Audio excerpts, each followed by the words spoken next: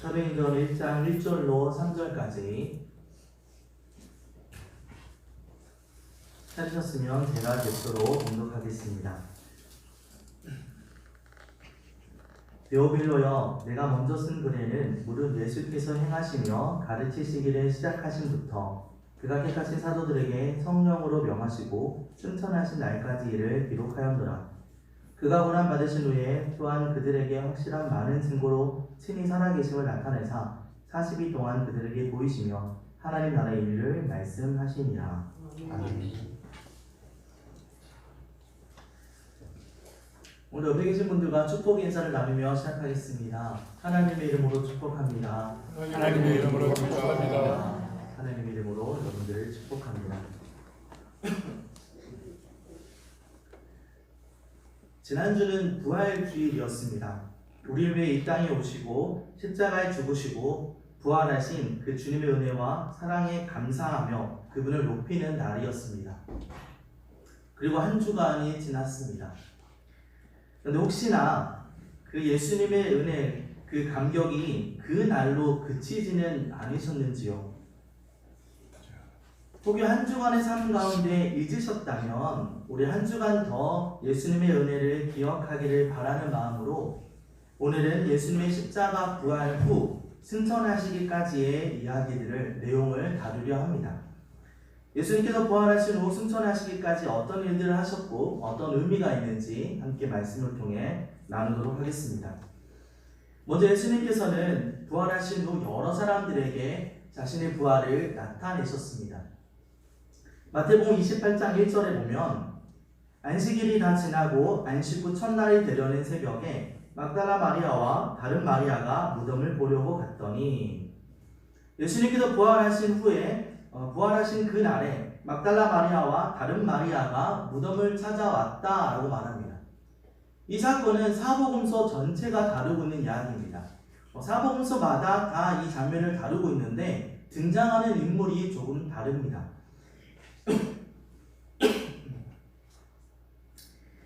마태복음에서는 막달라 마리아와 다른 마리아라고 말하고 있고 마가복음에서는 막달라 마리아와 야고보의 어머니 마리아와 또 살로메라고 말하고 있습니다. 누가복음에서는 이 여자들은 막달라 마리아와 요한나와 야고보의 모친 마리아라 또 그들과 함께한 다른 여자들도 있었다고 소개하고 있습니다. 요한복음에서는 막달라 마리아만 등장하고 있습니다. 그리고 마가복음에서는 이 막달라 마리아가 어떤 인물인지 추가 설명을 합니다. 전에 7 귀신 쫓아내어 주신 그 여자다라고 이렇게 설명하고 있습니다. 사복음서를 모두 볼 때 막달라 마리아는 동일하게 등장하는 사람입니다.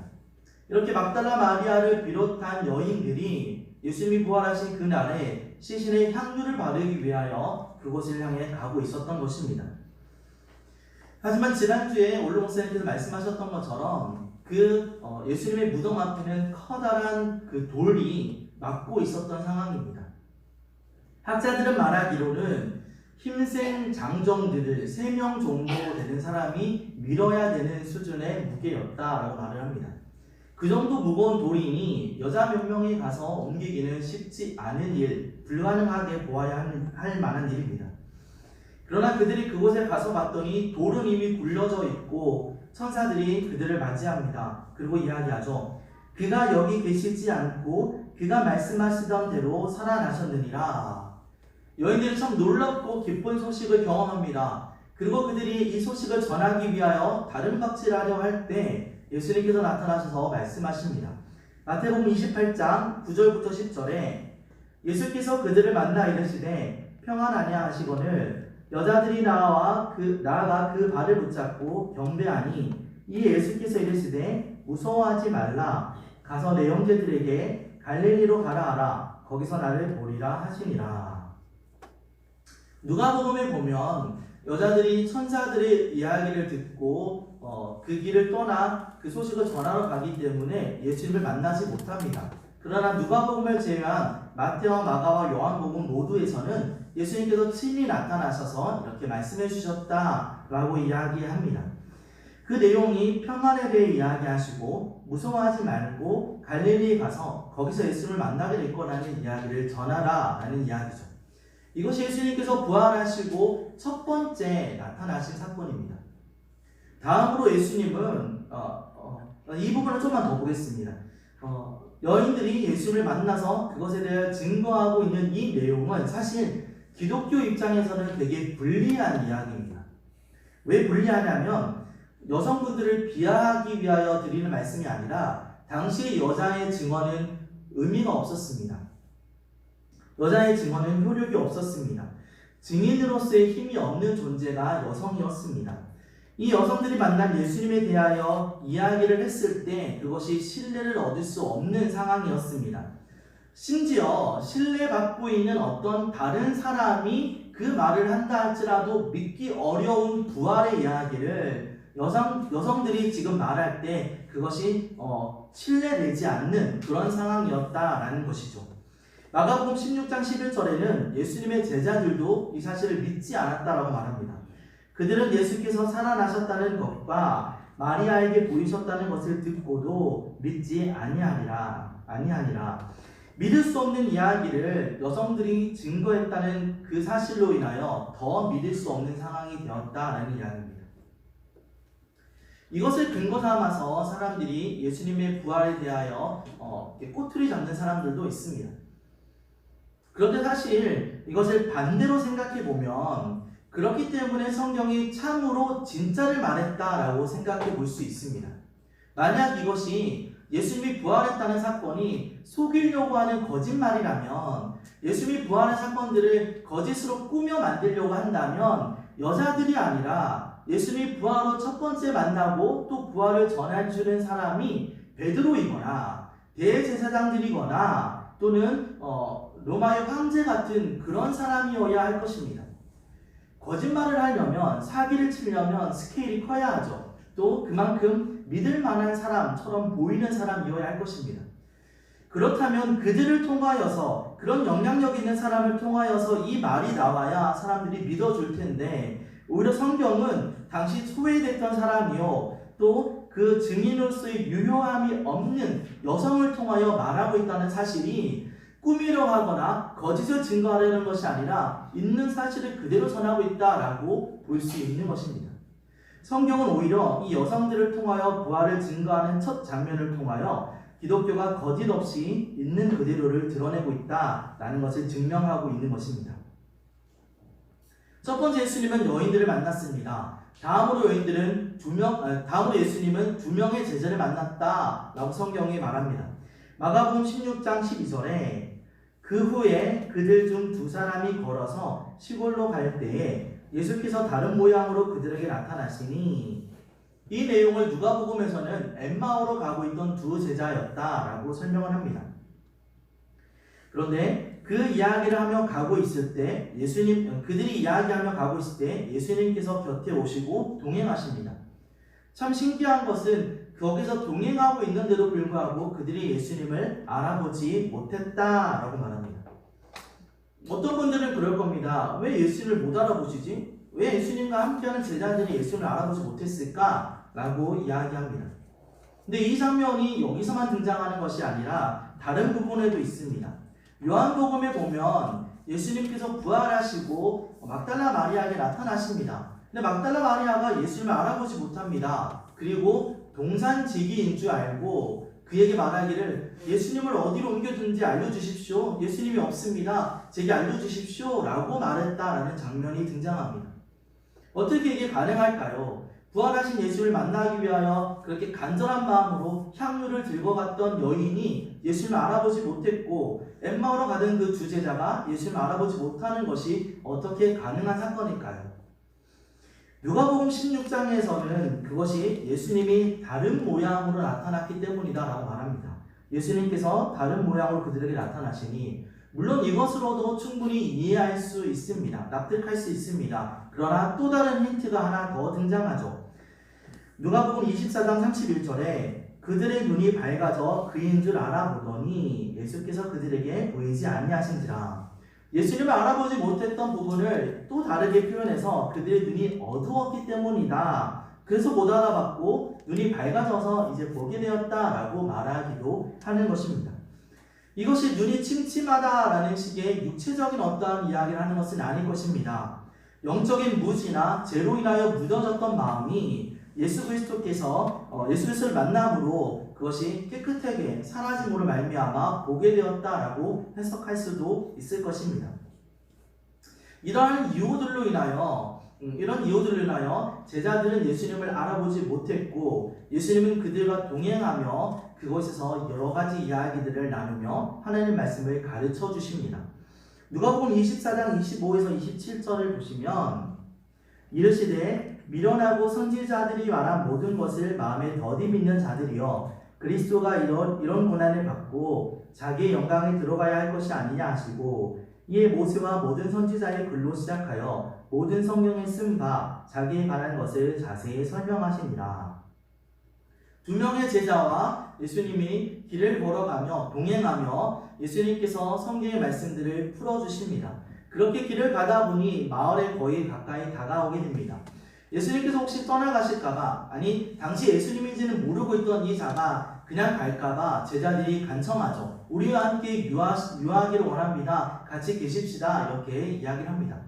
예수님께서 그들과 함께 가서 구하시며 음식을 잡수실 때 떡을 가지고 축사하십니다. 그때 그들의 눈이 밝아져 예수님임을 알아보게 되었으나 예수님은 그 자리를 떠나게 되시죠. 이것이 지금 성경에서 말씀하고 있는 예수님이 부활하신 후 처음 여자들을 만났던 사건과 또 두 명의 제자에게 나타나셨던 사건입니다. 그럼에도 불구하고 이 소식들을 전에 들었던 예수님의 제자들은 여전히 눈으로 보지 않고는 예수님을 믿기를 거부합니다. 마가복음 16장 13절에 두 사람이 가서 남은 제자들에게 일렀으되 역시 믿지 아니하니라. 사람이 죽고 부활하는 사건은 참으로 믿기 어려운 이야기겠죠. 이제 예수님께서는 많은 제자들, 특별히 그 11명의 제자들 앞에 직접 나타나십니다. 마가복음 16장 14절에 그 후 11제자가 음식 먹을 때에 예수께서 그들에게 나타나사 그들의 믿음 없는 것과 마음이 완악한 것을 꾸짖으시니 이는 자기가 살아나는 것을 본 자들의 말을 믿지 아니함이로라. 이렇게 지금 마가복음에서 식사하는 중에 예수님께서 나타나셨다라고 말합니다. 그런데 같은 본문을 누가복음에서 보면 예수님이 11제자뿐 아니라 그들과 함께한 사람들이 있었을 때 그 자리에 오셨다라고 말합니다. 다시 말하면 11제자 더하기 다른 많은 사람들도 있는 그 자리에 예수님께서 나타나셨다라고 말하고 있습니다. 예수님은 직접 지금 부활하신 예수님을 드러내고 나타내고 사람들 앞에 이렇게 보여주고 계신 겁니다. 근데 이 장면을 요한복음에서 보면 조금 더 디테일하게 자세하게 설명하고 있습니다. 요한복음 20장 19절에 이날 곧 안식 후 첫날 저녁 때에 제자들이 유대인들을 두려워하여 모인 곳에 문들을 닫았더니 예수께서 오사 가운데 서서 이르시되 너희에게 평강이 있을지어다. 제자들이 모였습니다. 그러나 두려워하며 문을 꼭꼭 걸어 잠궈놨습니다. 근데 그곳 가운데 예수님이 들어오셨고 가운데 서서 말씀을 전하셨다라고 이야기합니다.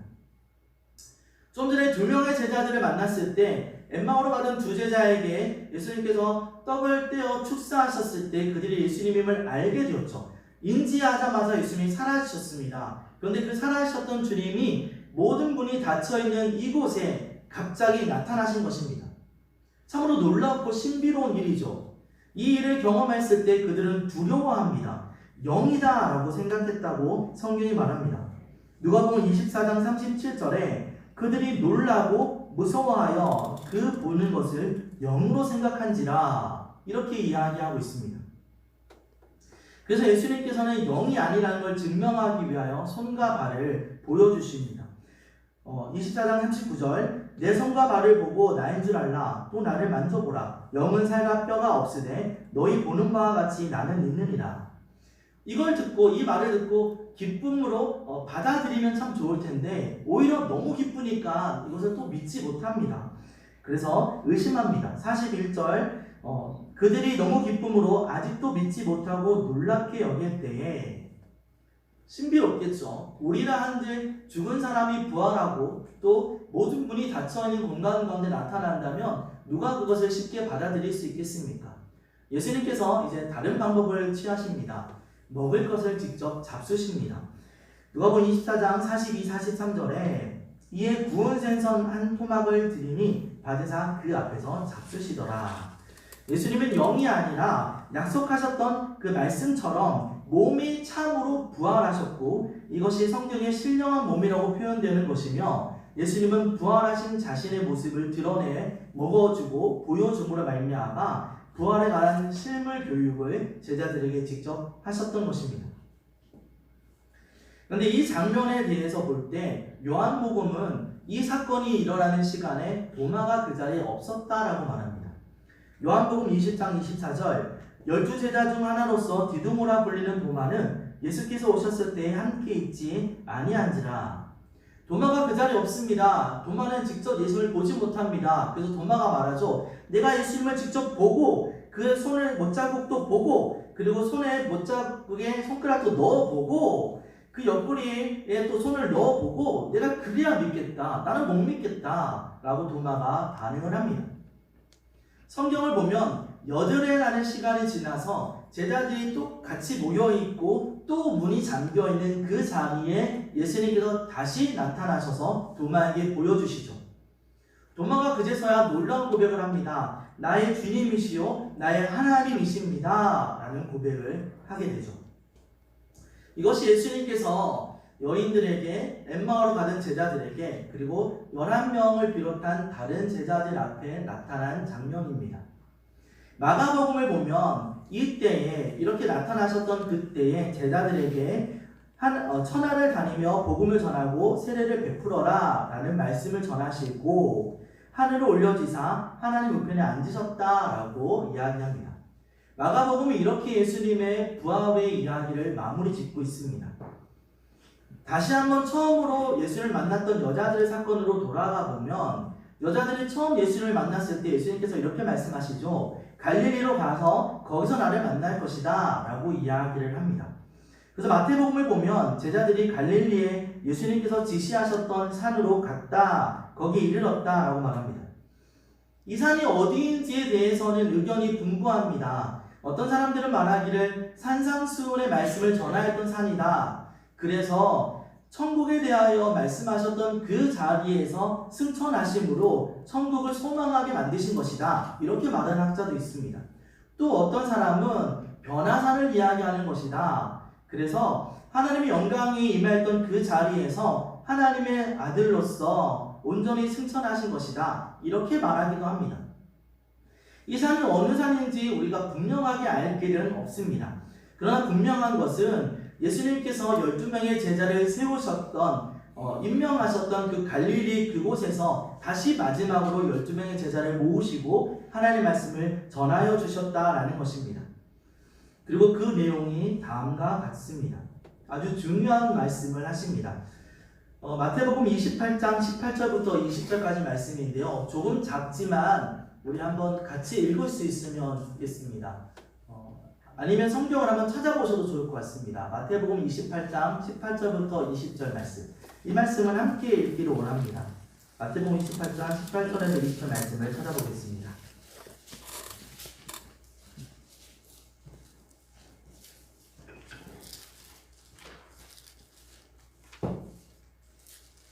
마태복음 28장 18절부터 20절 말씀을 마태복음 28장 18절부터 20절까지 말씀입니다.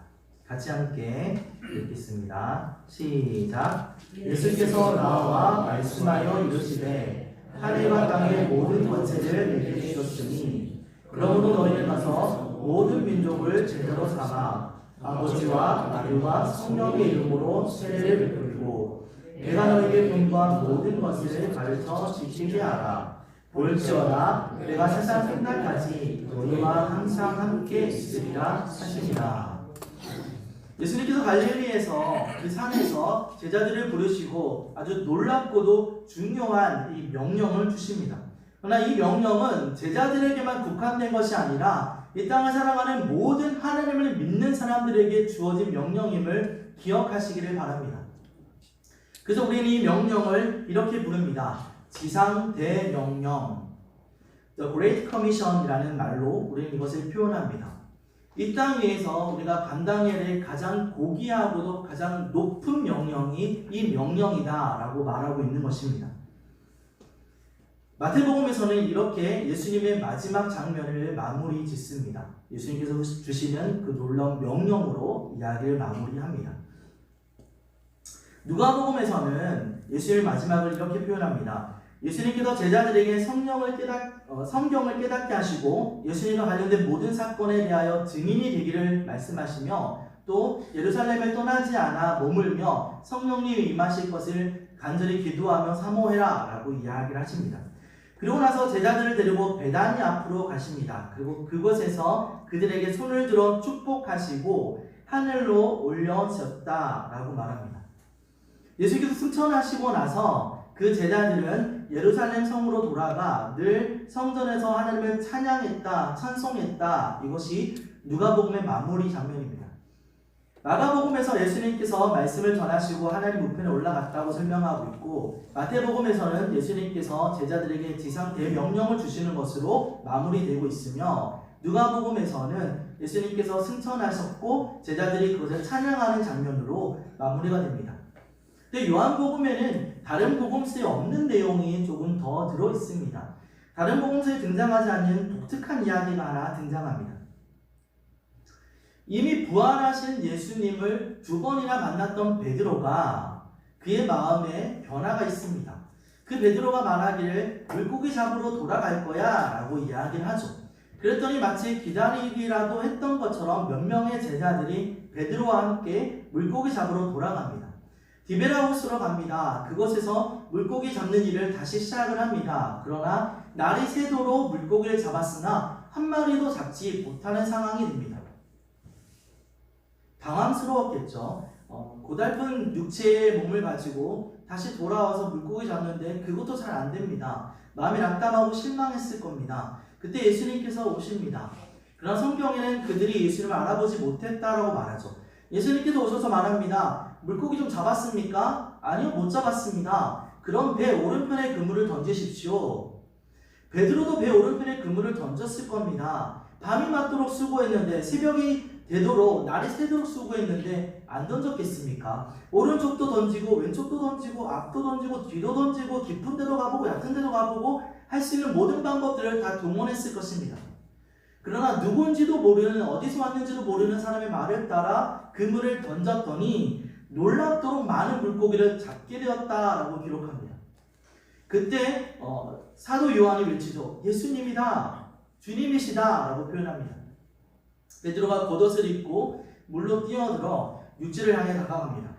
육지에 가서 보니 숯불이 있고 생선과 떡이 놓여 있습니다.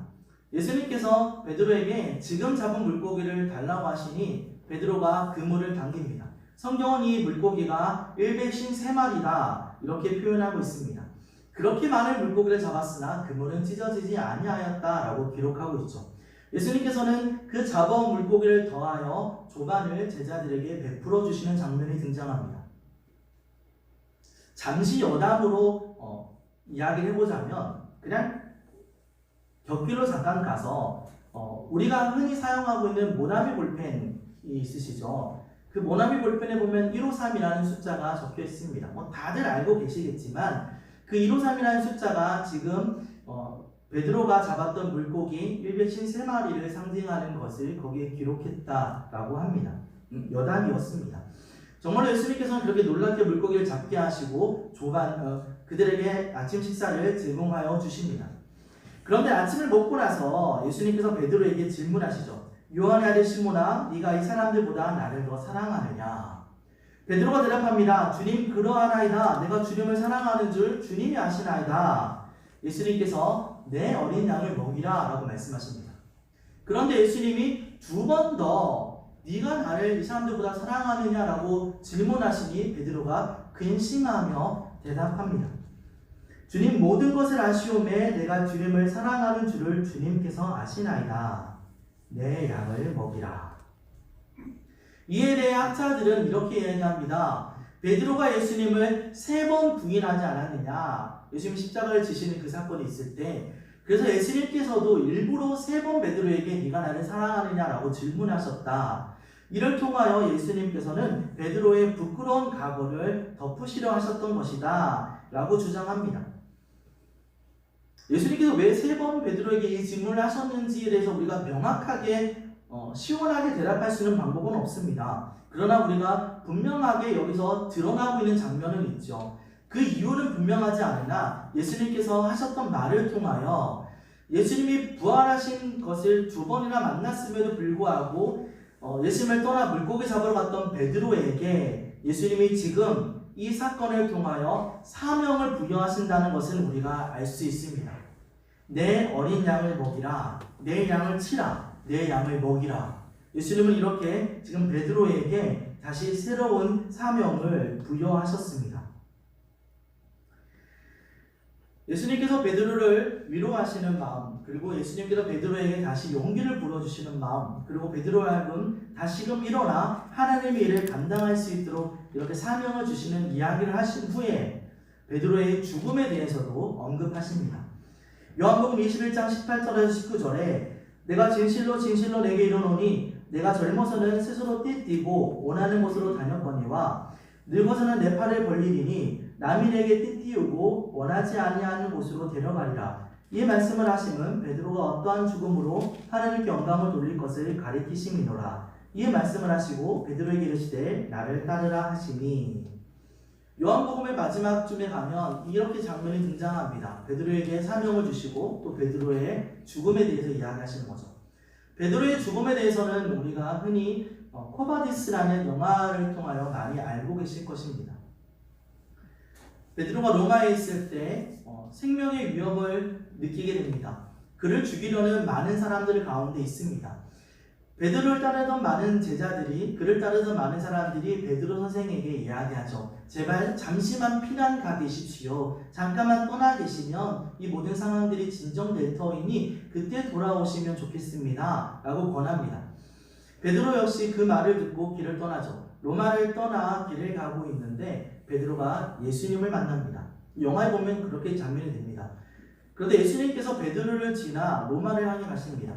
베드로가 질문하죠. 주님 어디로 가십니까? 그것이 코바디스라는 말입니다. 주님 어디로 가십니까? 예수님께서 말합니다. 네가 나를 위해 죽지 않으려 하니 내가 다시 십자가를 지러 로마로 가는 것이다 라고 말합니다. 그 말을 듣고 베드로가 다시 로마를 향해 들어가는 장면이 영화의 내용입니다. 역사학자들의 기록을 보아도 그렇습니다. 클레멘트 1세, 그러니까 로마의 주교였던 클레멘트 1세가 고린도 성도들에게 보낸 서신이 있습니다. 그 서신에 보면 이런 내용이 있습니다. 베드로의 사도의 순교에 대한 이야기가 네로 황제 때 이야기다. 그러니까 네로 황제 때 베드로가 순교했다라고 기록이 되어 있습니다. 그것은 이제 일반적으로 AD 64년을 우리가 이야기하는 것입니다. 그때 죽었다라고 이야기를 하는 거죠. 그리고 기독교 관련된 많은 기록들을 남겼던 역사학자 유세비우스의 글에 따르면 베드로의 죽음에 대하여 그는 십자가형을 당했다라고 기록되어 있습니다. 그리고 시간이 좀 더 지나서 세계 2차 대전이 발생되었던 세계 2차 대전 중에 있었을 때에 당시에 교황이었던 비오 12세라는 사람이 베드로 성당을 보수하라는 명령을 내렸습니다. 베드로 성당을 보수하며 지하까지 내려가서 이렇게 하며 또 발굴까지 겸했었는데요. 근데 지하에 보니 십자가에 거꾸로 달려 죽어있는 시신이 발견되었고 그것이 많은 학자들이 베드로의 죽음, 베드로의 그 시신일 것이다 라고 하는 것이 일반적으로 알려져 있는 내용입니다. 베드로는 예수님이 말씀하셨던 것처럼 스스로 원하는 것이 아니라 그가 순교당하는 죽음으로 죽임을 당했다라는 것입니다. 이것이 요한복음에 나와 있는 기록입니다. 이렇게 사복음서에 나와 있는 예수님의 부활과 부활하신 후에 승천하시기까지 하셨던 일들에 대한 내용은 이렇게 마무리가 되어집니다. 이외에 사도행전 1장에 보시면 예수님의 마지막을 요약해서 이렇게 말합니다. 사도행전 1장 3절 그가 고난받으신 후에 또한 그들에게 확실한 많은 증거로 친히 살아계심을 나타내사 40일 동안 그들에게 보이시며 하나님 나라의 일을 말씀하시니라. 사도행전은 예수님이 부활하시고 40일이라는 시간 동안 그들에게 나타나셨고 많은 사람들에게 보여주셨다라고 이야기합니다. 고린도전서 15장 16절에도 이렇게 말하고 있습니다. 그 후에 500여 형제들에게 일시에 보이셨나니 그 중에 지금까지 대다수는 살아있고 어떤 사람들은 잠들어 있다. 이렇게 이야기합니다. 예수님의 부활에 대하여 부인하려는 많은 사람들이 있습니다. 그들이 말하고 있는 주장이 크게 세 가지인데요. 첫 번째는 예수님이 십자가에 죽지 않았다라는 것입니다. 죽지 않고 살아있어서 그가 죽지 않았기 때문에 부활도 없고 그 살아있는 예수님을 제자들이 데리고 어디 숨겼다가 건강해진 모습으로 나타난 것이다 라고 말합니다. 그러나 이것은 이미 의학계에서 불가능하다고 이야기를 하고 있습니다. 십자가 위에 6시간 동안 물과 피를 흘린 사람의 생존 가능성, 그리고 당시에 옆구리에 창을 찔린 것이 기록되어 있는데 그 당시의 창이 일직선이 아니라 삼각 형태를 띈 이렇게 되어 있는 모양의 창인 것으로 우리가 알려져 있기 때문에 그 창을 찌르고 그 창을 뺐을 때 당연히 내장들이 같이 나오는 것이 합당합니다. 그 모든 사실을 볼 때 예수님이 죽지 않았다고 말하는 것은 옳지 않다라는 것이 의학계에서도 밝혀진 사실이기에 예수님의 죽음은 당연한 것이었습니다. 또 다른 사람들은 말합니다. 예수님이 죽지 않고 죽었으나 부활한 것이 아니라 제자들이 예수님을 훔쳐갔다는 이야기입니다. 이 부분은 잠시 뒤에 한 번 더 보도록 할 것이고요. 세 번째 이야기하는 것이 예수님께서 죽으시고 부활하신 그 모든 사실들이 집단 체면에 의한 것이다. 환상을 본 것이다 라고 말하는 것입니다. 그런데 성경은 이것이 그렇지 않다라고 이야기하죠. 어떻게 사람이 체면에 걸리거나 환상을 보는 것을 41일이라는 시간 동안 다른 장소에서 여러 사람들에게 심지어 500여 명의 사람들 앞에 가능한 일일까요? 그것은 심리학을 공부하는 사람들도 이것은 불가능하다라고 말하고 있는 사실입니다. 예수님께서는 부활하셨고 많은 사람들 앞에 나타나셨습니다. 그런데 마태복음 28장에 보면 대제사장들이 예수님의 제자들이 예수님을 훔쳐갔다고 그런 사실을 날조하며 돈을 주는 사건이 있습니다.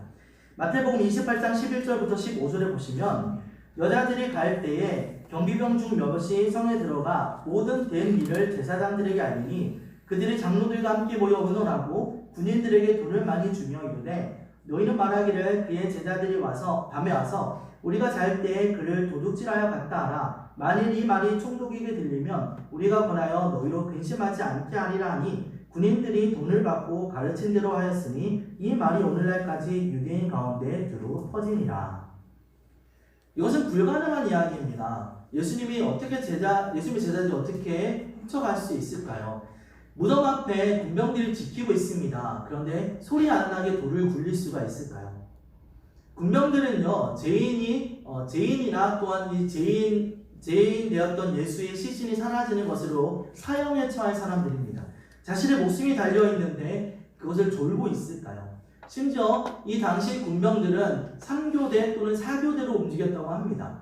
그러면 6시간 이렇게 근무를 섰고 끝나면 다른 사람들이 와서 근무를 서는데 졸고 있었다고 말할 수 있을까요? 불가능한 사건을 지금 날조합니다. 이 군병들도 시신이 사라졌기에 죽을 수밖에 없는 상황이었는데 대제사장들이 와서 돈을 주며 말합니다. 이 돈 줄게. 가서 도둑질 당했다 그래. 그러면 내가 너희 죽지 않게 해줄게. 당연히 그들은 좋아하며 받아들였을 것입니다. 그리고 이것이 유대인 가운데 기록으로 남겨져 있는 이야기로 두루 퍼지고 있다라고 성경은 말하고 있습니다. 사람들은 자꾸 예수님의 부활을 거짓으로 만들려고 합니다. 그러나 예수님은 부활하셨고 심지어 부활하신 몸으로 사람들에게 나타나셨으며 단회적이 아니라 여러 번 나타나셨고 성경은 500명이 넘는 사람들과 40일이 넘는 시간이었다라고 분명히 밝히고 있으며 함께 대화를 나누고 음식도 먹었다라고 기록되어 있습니다. 예수님은 반드시 참으로 부활하셨습니다. 예수님은 마태복음에서 지상 대명령을 주셨고 요한복음에서 베드로에게 새로운 사명을 주셨습니다. 그리고 누가복음과 사도행전에서는 증인이 되어 세계 곳곳에서 이 모든 사실을 전하라고 말씀하여 주셨습니다. 사도행전 1장 8절에 오직 성령이 너희에게 임하시면 너희가 권능을 받고 예루살렘과 온 유대와 사마리아와 땅끝까지 이르러 내 증인이 되리라 하시니라. 이 말씀을 하시고 성경은 예수님이 승천하셨다고 합니다. 사도행전 1장 9절 이 말씀을 마치고 그들이 보는 데 올려져 가시니 구름이 그를 가리어 보이지 않게 하더라. 그리고 다시 오실 것을 성경에 말씀하시죠. 11절에 이르되 갈릴리 사람들아 어찌하여 서서 하늘을 쳐다보느냐 너희 가운데 하늘로 올려주신 이 예수는 하늘로 가심을 본 그대로 오시리라 하였느니라. 이것이 성경에서 예수님께서 부활하시고 승천하실 때까지 40일의 모든 이야기인 것입니다. 그렇다면 이렇게 생각하는 사람도 있겠죠. 아니 40일 동안 계셨는데 별로 하신 일이 없네요. 별로 많은 이야기가 나오진 않죠. 그러나 성경은 그렇게 이야기하지 않습니다. 요한복음 20장 30절에 예수께서 제자들 앞에서 이 책에 기록되지 아니한 다른 표적도 많이 행하셨으나 우린 성경이 선별적으로 내용을 다루고 있다는 것을 기억해야 합니다. 모든 내용을 일일이 기억하는 것이 아니라 필요에 따라서 하나님께서 기록하게 하셨음을 기억해야 합니다. 요한복음 31장 25절에도 예수께서 행하신 일이 이 외에도 많으나 만일 낱낱이 기록된다면 이 세상이라도 이 기록된 책을 주기에 부족할 줄 아노라 라고 말씀하셨습니다. 우리 예수님께서 40일 동안 계시면서 하신 중요한 우리에게 합당한 이야기들을 다 두루 살펴보았던 것입니다. 이제 말씀을 마치겠습니다. 예수님께서 부활하신 후 40일 동안 부활하신 자신을 보여주셨으며 천국을 소망하게 하셨습니다. 제자들에게 믿음을 다시 불어넣어 주시고 성경을 가르쳐 주십니다. 증인의 삶에 대하여 요구하시기도 하셨고 지친 베드로에게 새로운 사명을 주시기도 하셨으며 베드로뿐 아니라 많은 제자들에게 또다시 증인의 삶을 살기를 요청하기도 합니다. 그리고 믿는 모든 사람들에게 지상 대명령을 통하여 하나님 나라를 확장해 나가도록 우리에게 말씀하기도 합니다. 그러면 우리가 어떻게 살아가야 하는 것일까요? 어떻게 이 말씀이 우리에게 적용되어야 할까요?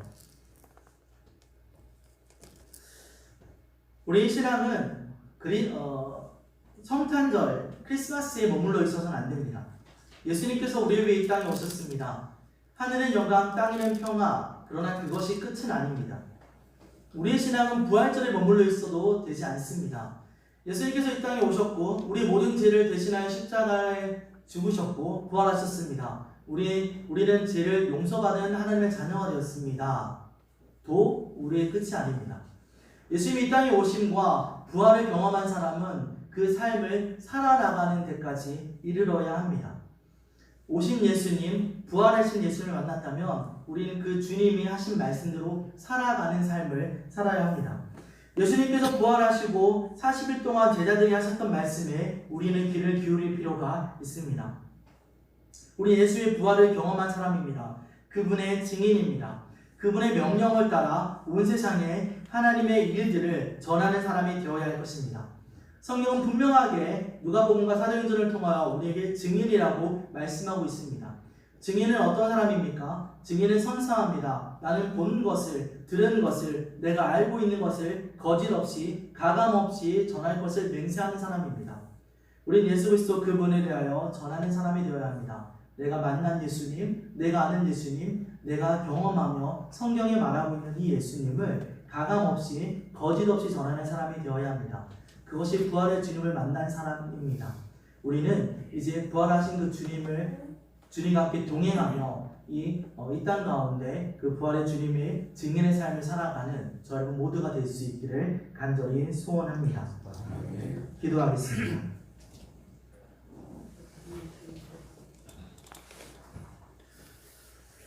예수님 감사합니다. 이 땅에 오시고 우리 모든 죄를 대신하여 십자가에 죽으시며 부활하신 예수님, 그러나 자꾸 우리가 거기에 머물러 있지 않게 하시고 부활하신 후 예수님께서 어떻게 하셨는지, 뭐라고 말씀하셨는지를 기억하게 하여 주시옵소서.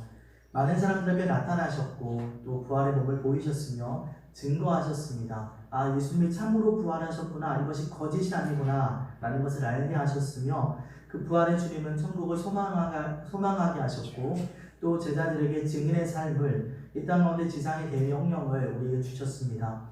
이제 우리가 기억해야 될 것, 예수님은 참으로 부활하셨습니다. 그리고 우리는 그 부활의 주님을 만났으며 나 역시 증인이고 지상의 대명령을 감당해야 될 예수님의 제자가 되었습니다 라는 것입니다. 우리 역시 그 주님의 부활의 증인으로 이 땅 가운데 말씀하셨던 예수님에 대하여 증거하고 또 고백하는 삶을 살아가는 우리 모두가 되게 하여 주시옵소서. 감사합니다. 우리와 함께 하신 주님을 찬양하며 거룩하신 예수님의 이름으로 기도드렸습니다. 아멘.